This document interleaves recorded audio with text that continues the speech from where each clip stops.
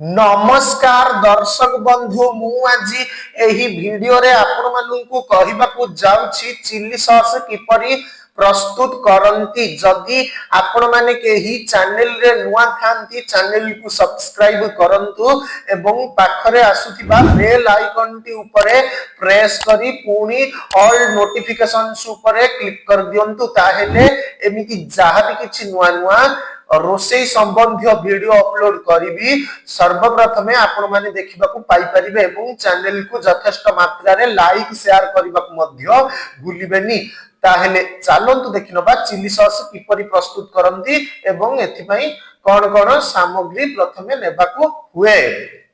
आवश्यक सामग्री सिझा आलू 2टा, कंचा लंका 15टा, विनेगार 1.5 चामच, सोडियम बेंजोएट आधा चामच, साइट्रिक एसिड 1 चामच, लूण 20 ग्राम।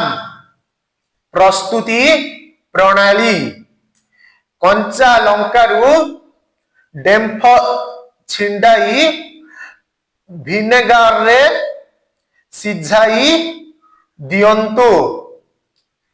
आलू चोपा छड़ाई लंका रे मिसाई बाटी दियंतु। कड़ाई रे आलू ओ लंका मिश्रण को देई सेथिरे लूण सोडियम बेंजोएट और पानी देई फुटांतो।